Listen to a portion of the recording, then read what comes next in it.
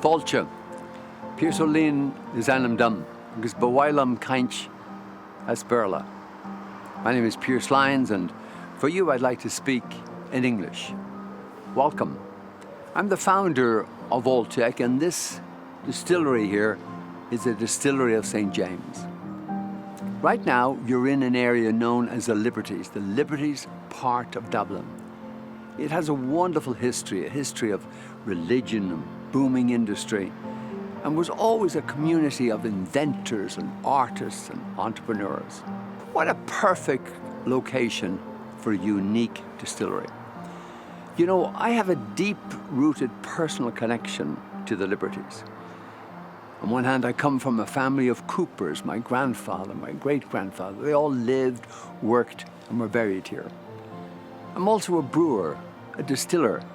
And so when you combine that cooperage and brewing and distilling, and now you have an opportunity like this, it happens once in a lifetime.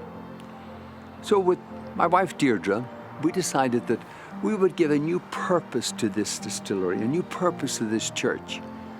And we hope that our stories and the stories of all the people who are buried in and around here will help the history of the church, the history of the area, live on. Let's go inside. Welcome inside the Pearse Lyons Distillery, a special place drenched in history, filled with memorable characters, and born from blood. Like many great stories, it begins with a murder.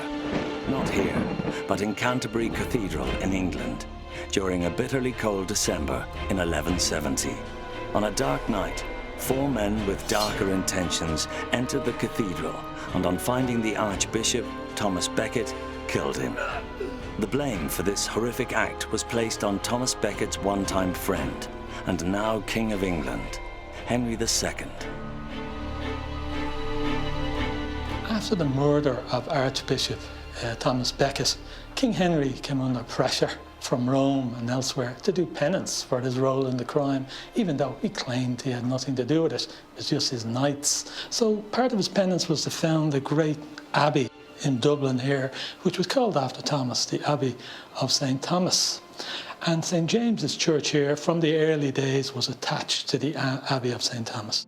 The church was named after St. James the Greater, a legendary figure who inspired one of the most famous medieval pilgrimages in the world, El Camino de Santiago de Compostela, with millions starting the journey from these Irish shores. As you take your tour, look for the scallop shell, an important symbol of St. James. The church has since had a long and turbulent history, a reflection perhaps of Ireland's own story. Nothing tells that story better than the church's graveyard, through which you will pass.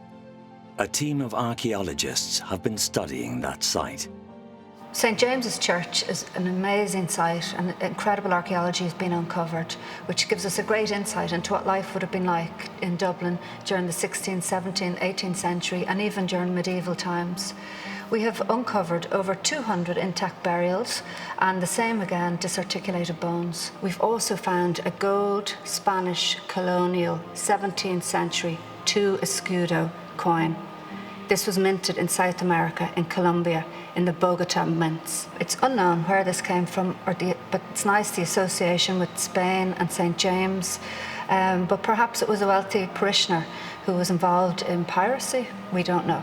The records indicate that there are over 100,000 burials at St. James's graveyard, so it's pretty full. In restoring the graveyard, Dr. Lyons discovered he had many personal connections to this site. Frankly, connections I really never realized I had. My first memory as a child, I was 4 years old, and I was brought to a funeral, and I saw this man laid out, turned out to be my grandfather, John Hubert Lyons.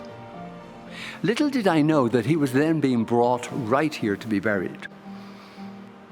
When we started to get into the renovation, we found that not only was he buried here, but my great-grandfather was buried here, and 4 of my great-uncles are buried here. In fact, in total, 9 of my relatives are buried in the churchyard. Modern times haven't been so kind to this beautiful building, though. It had fallen into disrepair after being closed in the 1960s. It had also lost its iconic spire. The top 30 feet had to be removed after being struck by lightning. The church was now reduced to a shadow of its former glory. After acquiring the church in 2013, Dr. and Mrs. Lyons set about restoring it, including a bold and modern take on that spire. We made several renders of different kinds of spires, copper, slate, stone. None of them appealed to planning, and so came up with the idea of a glass spire, because I work with glass a lot and I find it an exciting material, and thought we'll try this and see. Spoke with the city manager, Owen Keegan, and he loved the idea, so we applied for permission and got permission to work and do the glass spire. But why turn it into a distillery? The answer lies in the district of Dublin you are now in. Welcome to the Liberties. The Liberties were originally medieval districts with their own jurisdiction, but over time they became a new area bustling with business. What type of businesses? Boots, biscuits, and brews. Boots, Winstanley.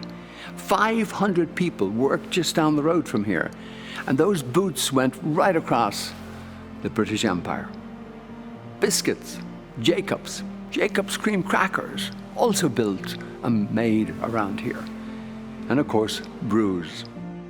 Right here, you are in an area known as the Golden Triangle, where you could find three of the biggest distilleries of the 19th century, Rose, Jameson's, and Powers, and a small brewery nearby, opened by a certain Arthur Guinness. The trade supporting this industry, such as coopers, the craftsmen who built the oak barrels where whiskey is stored, are honored in the design of the stained glass windows you'll see today. You'll also see two large copper pot stills, the traditional way of distilling whiskey in Ireland. They helped Irish whiskey become the most popular in the world.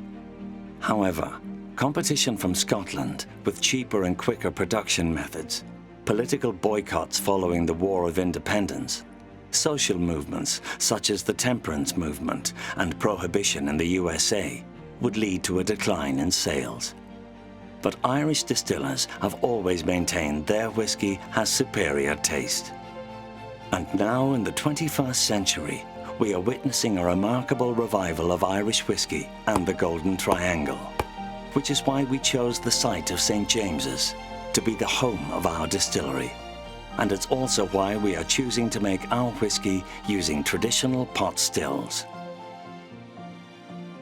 In the background, you can see the centerpiece of our distillery, which are our pot stills.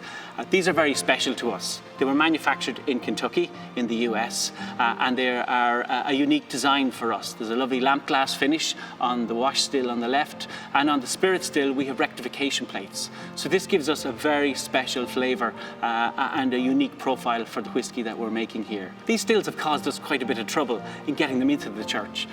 They're too big to fit through the doors. This is an ancient building, and the doors are quite narrow, so we've actually had to strip off a large section of the roof and using cranes and lifting equipment carefully drop them in through the roof and then position them as the centerpiece of our distillery here on the altar.